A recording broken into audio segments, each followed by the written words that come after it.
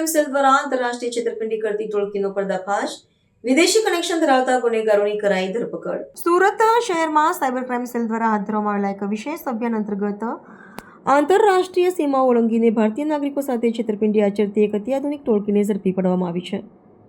Police કમિશનરના સીધા માર્ગદર્શન હેઠળ સાયબર નિષ્ણાતોની ટીમે ટેકનિકલ દેખરેખ અને ડેટા વિશ્લેષણના આધારે આ સમગ્ર કૌભાંડનો પર્દાફાશ કર્યો હતો. પ્રાથમિક તપાસમાં બહાર આવ્યું છે કે આ ટોળકી વિદેશી સર્વર અને જટિલ સોફ્ટવેરનો ઉપયોગ કરીને લોકોના બેંક ખાતામાંથી નાણાંની ચોરી કરતી હતી.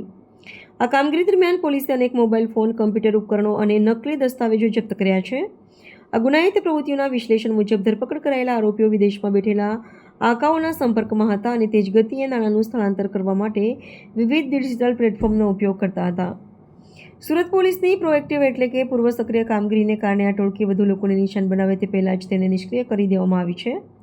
સાયબર સેલના અધિકારીઓએ જણાવ્યું હતું કે આ ટોળકી ખાસ કરીને ઓનલાઈન રોકાણ અને નકલી લોન આપવાના બહાને નિર્દોષ નાગરિકોને લલચાવતી હતી.